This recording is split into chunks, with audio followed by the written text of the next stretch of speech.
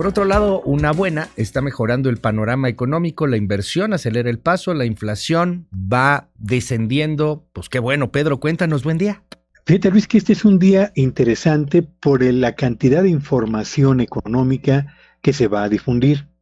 Déjame empezar con los dos temas que sin duda alguna reflejan lo que está ocurriendo en la actividad económica nacional y termino con los dos anuncios que se harán el día de hoy.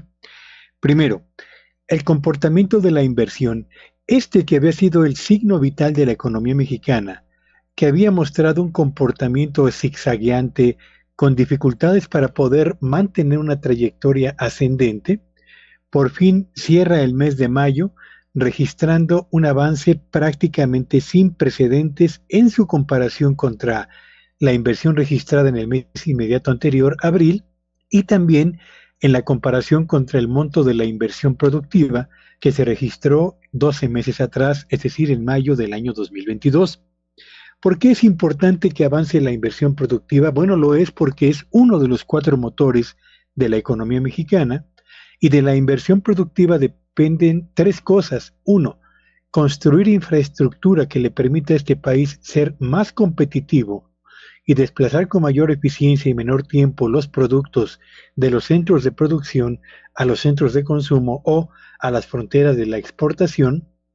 2, porque de la inversión productiva depende también la generación de empleos, particularmente en el sector formal de la economía. Y 3, porque de la inversión productiva depende también la competitividad de las empresas mexicanas, esas que ahora están sufriendo porque con el abaratamiento del dólar o la apreciación del peso o lo que llaman el superpeso, traer productos del exterior, productos terminados, lo mismo que insumos y materias primas, suele ser más barato que producirlo en el territorio nacional.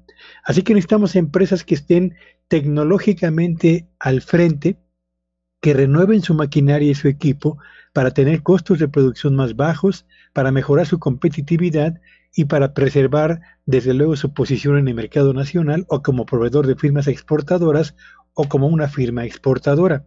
Por eso es importante la inversión y vale la pena señalar, Luis Auditorio, que en mayo cerró por 4º mes consecutivo la inversión productiva con un avance. Y lo que es mejor, en el mes de mayo de este 2023, el monto de la inversión productiva pública y privada por fin rebasó el nivel de la inversión que existía antes de la pandemia. Rebasó también el nivel de la inversión que existía en el arranque de este sexenio y lo mejor de todo, por fin rebasó el nivel de inversión histórico que se había registrado en la actividad económica en aquel lejano marzo del año 2017. Así que enhorabuena porque la inversión productiva está creciendo y lo hace a un ritmo bastante interesante. Por otro lado, ayer se informó que la inflación reportó un descenso en su comportamiento mensual por 6º mes consecutivo. Cerramos con una inflación del 4.8% el mes de julio, que es una cifra cada vez más cercana al techo de la meta que tiene el Banco de México para mantener bajo control el proceso mismo de la inflación, pero vale la pena señalar, Luis Auditorio, que a pesar de que llevamos 6 meses con desaceleración en el ritmo de avance de los precios en general, el ritmo de desaceleración particularmente de alimentos y bebidas, que una y otra vez lo hemos señalado en este espacio, es lo que más se compra y lo que más se adquiere y consume en las familias mexicanas, esos siguen creciendo a un ritmo casi del doble del avance de la inflación. Así que a la buena noticia de la desaceleración de los precios en general, le acompaña una noticia que no es tan buena y que tiene que ver justamente con la resistencia en los precios de alimentos y bebidas. Así que inflación a la baja y, por otro lado, inversión productiva en ascenso configuran un panorama que parece mejor para una economía ávida de noticias favorables en materia económica, que el día de hoy será complementada con 2 anuncios importantes, Luis. 1, el Coneval, el Consejo Nacional de Evaluación de la Política de Desarrollo Social, va a dar a conocer el informe sobre el comportamiento de la pobreza en México al año 2022.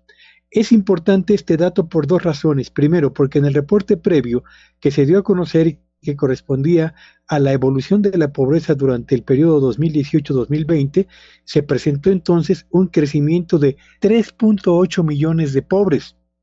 Lo que se espera ahora es que se haya dado una disminución en el número de pobres y habría que ver cuántos mexicanos salieron de la pobreza y en qué condiciones se encuentran los mexicanos que están hoy en pobreza extrema.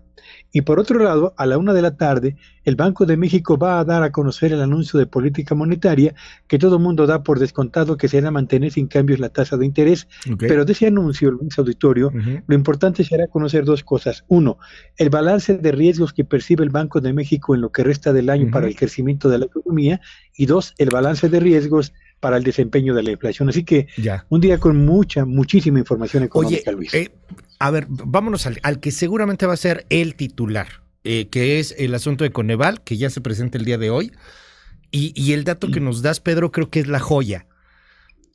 Hubo 3.8 millones de pobres por el tema pandemia, etcétera. O sea, habíamos aumentado 3.8 millones de pobres.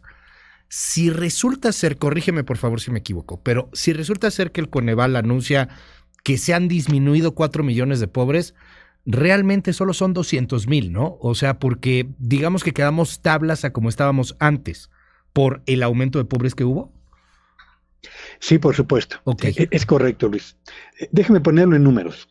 En el año 2018 había 51.900.000 mexicanos en condiciones de pobreza. 2018. Aumentó esa cifra en el 2020 a 55.700.000 mexicanos, 3.8 millones de mexicanos más en condición de pobreza.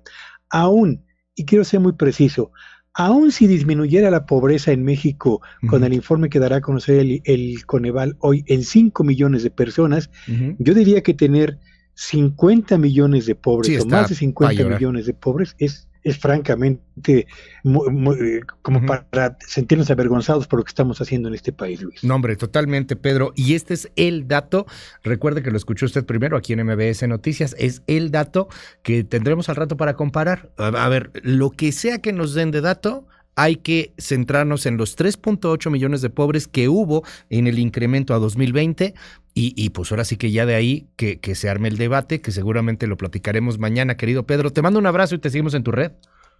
Sígueme en Twitter en @Petrillo Villagrán y que este sea un espléndido día para todos.